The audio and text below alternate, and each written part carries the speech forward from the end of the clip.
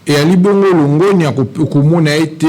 bakotia deja mbongo moko mpona maponomi biso banso tolingi maponomi entre biso na bango toyebi banani balingi vraiment maponomi esalema te biso tolingi maponomi mais tolingi maponomi moko oyo kozala fantaisiste te mwana mboka Naomi toza na posa maponomi moko oyo kozala véritablement crédible libre transparente et apaisée mwana mboka pe sengele salema na délai constitutionnel po ete pona biso to komona ete tozali kino lelo yo na 2021 donc délai ezali largement valable pour organiser ma ponomi ya kitoko na fin 2023 so ki kaka volonté politique et salimito ezali mais seulement tout marchaki bongo mokolo ya samedi le 13 tikangai na pesa peuple congolais matondi mingi na se ya mbula mwana mboka Naomi mbula ya makasi peuple congolais atamboli alobi na pola mbula ane l'excellence signification nango peuple zomituna détermination ya kozwa maponomi kitoko na 2023 peuple congolais ba mama bilenge batata batambola kibongo elongo na milapro na kalsese pona kolobete toboyi maponomi ya lokuta toboyi maponomi ya moyibi toboyi maponomi moko oyo bakosalela biso yango tika kaka basalela mais oyo ekoreflete vérité désir nete oyo ekoreflete choix ya peuple congolais te souveraineté ya peuple congolais te tozalaki bongo ebele na ba axe ba citoyen congolais ba répondaki vraiment massivement na yango na ko remercier bango pour na sens patriotique na bango pour na détermination na bango mais ya pasi pe maweli nini ba komi na ba jema be ba ennemi ya peuple congolais mwana mboka ba tcheli biso ba milice pour na ba attaquer ba manifestants to komi tuna lelo l'état et ali wapi alors que la police est là qui on a pour encadrer tout à fait mwana mboka to komi tuna lelo l'état et ali wapi autorité à l'état et ali wapi mwana mboka justice ya mboka oyo et ali wapi mwana mboka Davin Kalala lelo ali te ezalaki kaka sango ya marche akei marche na kozonga na ye babambiki ye kabumba na arme na moto mwana mboka Davin Kalala lelo akota mabele lelo lisusu mardi mwana mboka muzongoki kikobia ali bongo CGA ya parti ya Koko Nyangi ye pe auti kokota mabele pona nini atambolaki kaka na marche pona ko réclamer ba élection libre, crédible, transparente et apaisée na délai constitutionnel. Il a été attaqué, bako atakaka batu mingi, soit na nzela ya retour, soit na nzela ya koya. Soki ozoya neno rejoindre équipe te bakotia ba milice na bango pembeni po ba attaquer ba manifestants mwana mboka. Mais toko se rappeler ngana yo awa CG ya parti politique moko ya monene ya mouvance ya pouvoir alobaki ete pona ko protéger bokondi na biso nous allons distribuer des armes mwana mboka. Plainte ezala déposée contre ye kino lelo toyebaka suite nango te sike kenda toyebaka te mais ya pasi pe mawe ya libana mboko bakokufa pe na nini na ba armes. Donc il y a lieu de croire qu'il y avait déjà distribution des armes. Mwana mboka Davin Kalala kufi na nini arme blanche babambaki na moto mwana mboka musonga mwana mboka kikobia musonga akufi na nini batakaki ebongo na arme blanche toko comprendre te et ali bongo na milice moko eko travailler pona ko étouffer sonore moko démocratique, sonore moko patriotique. Na yango tokoloba boy na pays oyo ya libongo organisé, pays oyo autorité de l'État eko salema, il fallait normalement ba enquêtes à la diligenter pour ba oyo bazali ba auteur ya ba crime oyo ba sibir rigueur ya loi mwana mboka alire makambo eko kende bato mingi bakomona ngo ba aventure mais eko ki ko exploser pe situation comme incontrôlable pour être congolais moko ta ko ligna ete azala na se ya congolais mosusu pona nini to chaka bakonzi ezalaka pour ete ba établir ordre mais soki ba o sengela ki ba établir ordre ba ko établir sous ordre témoin na mboka situation ekomaka inquiétante. Quand vous parlez des attaques ezalaki individuelles ou par groupe parce que selon rapport au pesa qui moko ba parti politique et pesa qui hier koloba que marche ezalaki et se déroulera qui na kimia nyonso selon bango marche etambola ki malamu mais bazali pe ko accuser bino na ko attaquer siège moko ya parti au pouvoir na ngambo ya na bosani bisika ngo mais ezalaki attaquer récemment na bongo mwana mboka okomone te ba manifestant au bazalaki bongo mokolo ya le 13 bazali ba manifestant moko le plus pacifique le plus démocratique coalition oyo tokomona ba ennemi ya peuple basali pona ko déstabiliser ko étouffer souveraineté ya mboka na biso mwana mboka ngai na yo to yebi lolenge bango bazalaka soki esengeli batambola to yebi ngai na yo nde bazalaka soki esengeli batambola pona coalition FCC cash ekufa ba désordre nini esalemi te na nzela kobuka ba siège nini te babuki na nzela makila ya banani te etangi na nzela toyebi banani bazali ba violent banani bagisaka na voie ya violence mwana mboka mais seulement peuple congolais oyo atambolaki bongo le 13 azali peuple moko discipliné atambolaki na strict respect ya ba règle na ya ba mibeko ya bokambi ya mboka pe alandaki surtout po ebiete akotambola na ba papa ya molimo bali bato ya désordre te bango nde baza ba gardien ya moralité. Toko ba émission kindoki politique ya mokona lelo quelques questions ya mboto to aussi ces émissions oyo bozo benga régime dictatorial na botamboli na kimia malgré quelques faits oyo ezalaki oyo qui est vraiment la contre vu que bolingaki bo kende na ngambo ya palais du peuple kasi lelo oyo sima ya marche après marche équipe de Nika Dimaïza toujours sur place marche et après mwana mboka tikanga na ebisa yo ete tokendaki kokutana bongo na gouverneur tokutana na gouverneur asali nyonso po ete apesa biso itinéraire oyo ya ye tosilisi réunion na soki ba 15 heures tozalaki na moins ya 24 heures pour na kosala nini ko propager message ya itinéraire ya siko tozalaki na yango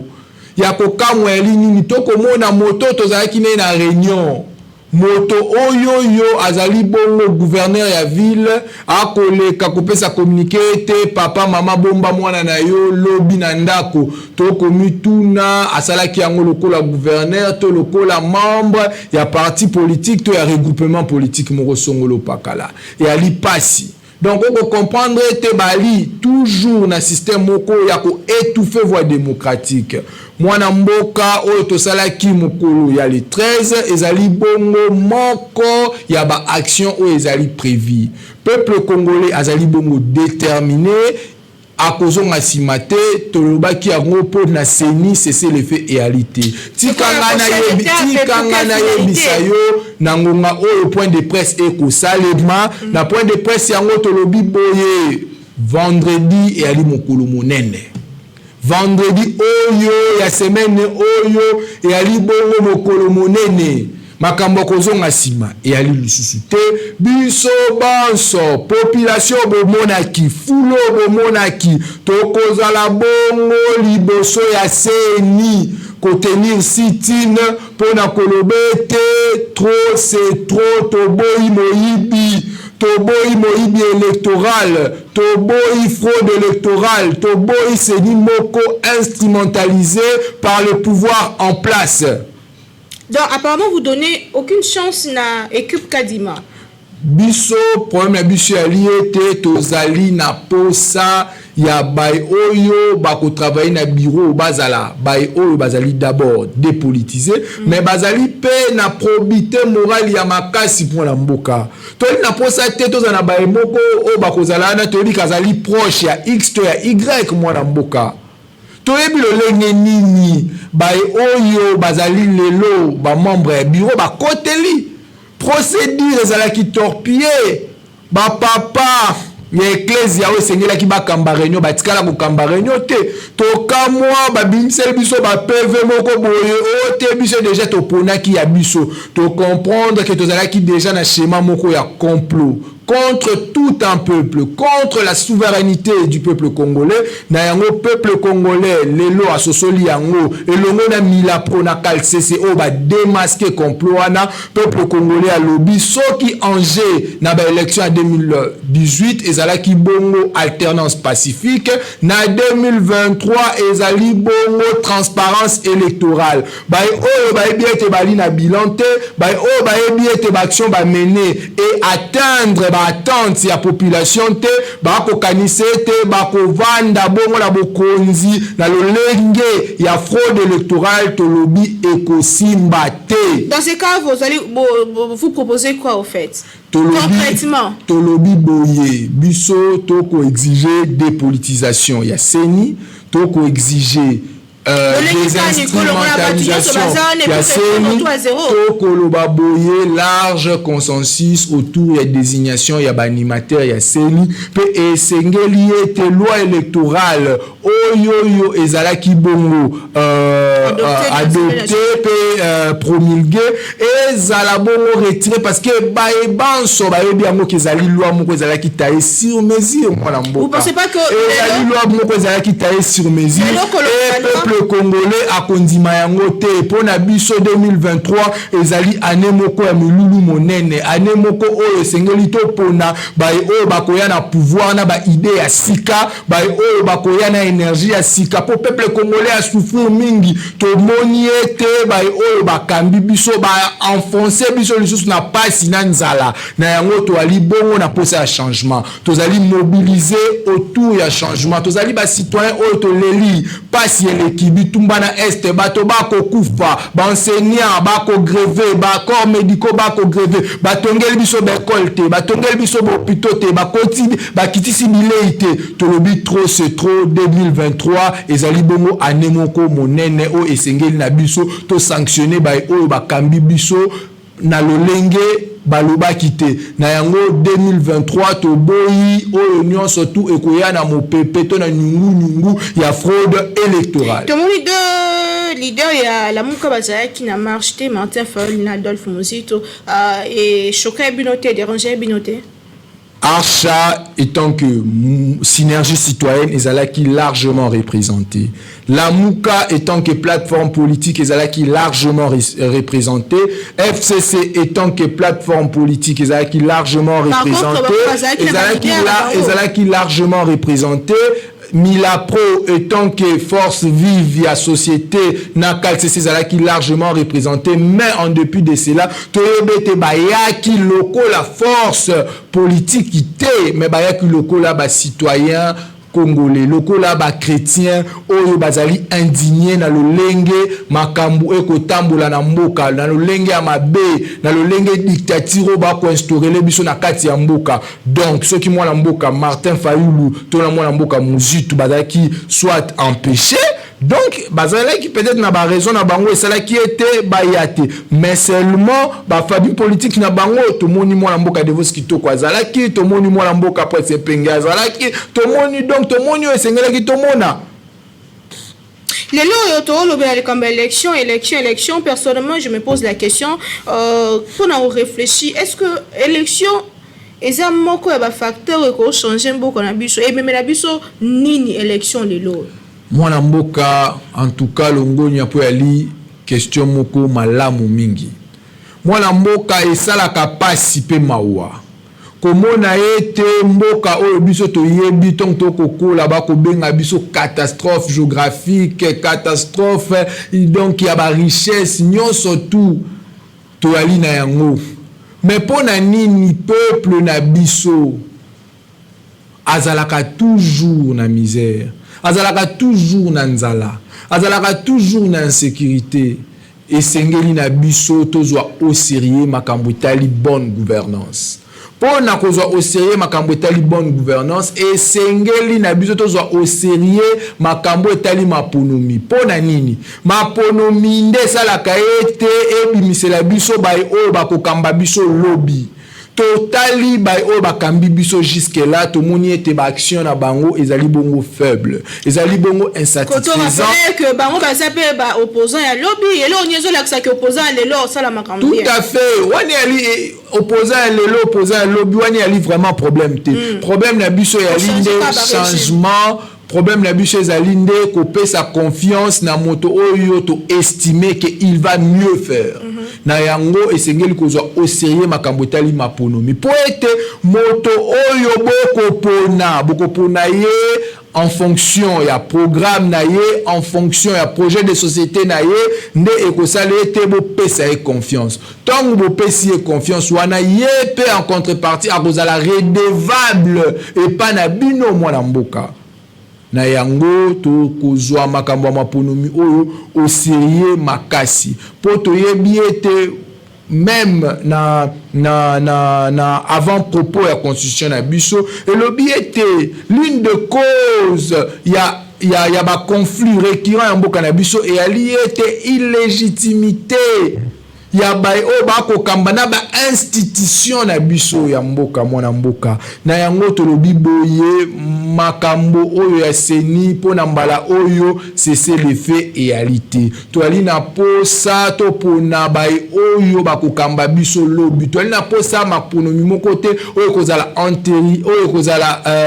na ba irrégularité énorme pour ete ba contestation ezala côté boye pour ete bai o ba ko kamba lobi bazala bongo na illégitimité bazala bongo fragilisé. Non, toi li na posa bay oyo bakokamba biso mwana mboka na 2000 après 2023 bazala bay au peuple congolais akopesa bongo pivot na lolenge ya solo confiance akoloba na ete bino nde toponi po ete bomema biso na nzela malamu po ete tonio kwami tozwi ba promesse ebele me batikali kosalela biso yango te bayebisaki biso ke bakokomisa biso Allemagne d'Afrique tomoni yango te balobaki ete ba investisseur baroyade na misala ebele tomoni yango te balobaki ete ba carton ya ba kuisi ya ba soso ekokita bongo ba $10 totikali komona yango te bayebisaki biso ete ba ko améliorer veki quotidien na biso tomoni yango te na yango après 2023 toponi bino ba ya sika po bosala mieux. Apparemment ce te comprendre bien c'est que élection ils ont même légitimité ils ont même développement. Est-ce que un jour tu comment la PH ils ont pro pouvoir parce qu'apparemment activistes de droits de l'homme activistes basera toujours beaucoup plus du côté opposition to éviter les aranines. Non, en fait biso tozali ba mouvement citoyen to réclamaka o ba bengi amélioration à vécu quotidien en population. C'est-à-dire nali na posa na monnaie telelo congolais abandai kolia kaka na tongo na pokwa akoma kolia 5 fois par jour. Congolais oyo azalaki na accès na ba soins médicaux ya qualité akoma na ba soins médicaux ya qualité azo accès wana. Congolais oyo azala éducation ezalaki bafoué akoma na accès à éducation moko ya qualité. Congolais azangaki mosala azwa mosala. Mais biso mosala biso ezalite ko sala conquête ya pouvoir. C'est-à-dire comment la ndeko vite kaka na label ya Archa lokola mouvement citoyen kokoma bongo politicien kolobete bo voter nga bo sala nga bo été ce que monde de ko prouver à sali bongo c'est que soit akomi na parti politique pe tant on reçoit la partie politique en haut, donc on se désolidariser na ba charge na union son akati ba mouvement citoyen donc et Aline Debo. Déjà projet, j'espère. Bon mikolo koya nzambe ayebi ndenga kambara bana na ye tokoyeba eloni toki sala mais seulement biso souci na biso ezali komone te peuple congolais azwa place na ye peuple congolais a se retrouver pour être to souffrir mwana mboka to nyokwami bakosi kokosa ni bakosi biso te promesse nini tozwi te tiketa bandeko nanga un peu bayemba nini to salite promesse nini tozwi te mwana mboka ndeko providence question asuka poto si c'est Michel lelo po na nini bopesa to bozo pesa mwana mboka le président de la République Félix Tshisekedi chance te alors que ça le cas 3 ans pourquoi pas que YP azala moko wa ko changer makambo alors que bandine ka musala siko mwana mboka biso to ali baye oyo tozwa ki temps na biso ya ko observer makambo toyebi ete l'élection oyo esalemaki na 2018 ezali élection moko ezalaki beaucoup plus entachée na ba irrégularité mais seulement vu que ezali élection oyo memaki biso na changement na sommet à l'état on a eu le temps nécessaire pour na observer mais après l'observation na biso to moni ete changement oyo biso to bundelaki changement oyo to kotela bakan lufungula changement oyo to lalela na ba IP crime ezali yango te toko mona lelo na yango tolobi ete trop c'est trop parce que changement na biso ezala qui était l'homme congolais alongwa na situation ya pasi ya nzala ya minyoko oyo azali na yango akoma na situation moko normal mwana mboka mais 2 ans de 3 ans mi yango te tomoni pe ata ba indice ya développement tena ya amélioration ya vécu quotidien volonté nga na ebité na kokota na nini ya moto te mais seulement tomoni ete ba méthode ba utiliser ya liba méthode moko o memi biso plus na ko s'enfoncer lisusu na pasi ke ko biso na pasi na yango to ko mobiliser population autour ya changement biso tozande na posa changement tozana posa changement ya batute mais tozali na posa ya changement ya ba vécu quotidien à peuple congolais pe po na to koma na yango esengeli na biso ba o bakoya na ba idée ya sika ba o bakoya na ba idée ya sika ba o bakoya na ba énergie ya sika mwana mboka olobiso to ko reprocher nini biso ba ya arsha to moni ete tozwa ki ba promesse ebele tozwa ki temps ba promesse yango za ki pe sukali mais ya pas pe ma yali nini depuis to bande ko za ba promesse wana to ko moni ete ba promesse yango e ko za la toujours irréalisable na yango to lobi ete trop c'est trop alors que salami billet kiti ba biloko batindi ba gratuité mwana mboka to moni ba école catholique lelo yo e komi ko tia tarif ya ba frais aka ba frais scolaire mwana mboka gratuité oyo est enfoncé le sous niveau éducation ya ba na biso tozaki na posa ya gratuité oui to na posa gratuité mais pour ni to na posa ya gratuité pour niveau intellect ya peuple congolais et mata pour na to combattre au ba bengi inalphabétisation mwana mboka pour être oyo peuple congolais za peuple moko civilisé mais malheureusement to continue na situation moko était ba enseignant ba komone témoin kutu ko dispenser cours réalité vu ba condition au ba tie bango to komone te ba sale comme surpeuplé ba o ba elbiso gratuité ba yeba kité que il fallait ba mesure accompagnement ya gratuité wana donc ils n'ont pas tenu compte il y a beaucoup de contexte et le lot comprendre te gratuité ya libongo fiasco to moni et état de siège ba ela ki biso ezali bongo fiasco to comprendre te ba proposition na bango nyonso na ba problème ya congolais ezali bongo échec olé ba proposition na ba problème ya peuple congolais o ba eli biso ezala ba solution mais comme eli biso sous problème de plus na yango to lobi ete trop c'est trop pasi eleki 2023 et sengeli biso changement ekota na mboka. Très bien, merci beaucoup. Tozwa ki vraiment tanguda monsieur Providence Likodi azali bongo lokuli plutôt azali bongo activiste pro changement pe moko ya mouvement Filimbi pe initiateur ya Arsha lokola moko ya bae o babundela ka changement na kati ya mboka na biso. En tout cas topesi o merci mingi na ndenge ondima ko na mitu na biso. Merci moi Mboka Naomi na ko rappeler na peuple congolais to ali bongo na rendez-vous moko ya monene vendredi ya semaine oyo. Vendredi yango biso banso bay oyo tozalaki ebele tomona na bongo liboso ya seni pona kolobe te toboyi élection ya moyibi, toboyi élection ya lokuta, toboyi batela biso bay oyo tokovote te après 2023. Très bien, message l'équipe bandeko balandi émission Kindoki politique ngana bino topesi bino non merci na ndembo ya bakibiso na banda kuna bino sans que totoke sans que to senga permission merci mingi na balanda kabiso a na ba chaîne na biso na Kinshasa topé na nzela ya YouTube chaîne YouTube na biso KNB News. En tout cas merci mingi bon continuer ko komela biso toza ensemble tokutani très prochainement na invité mon sousou toujours avec le même plaisir tikete nzambe a bénitiam bokaba ko na biso. Bye.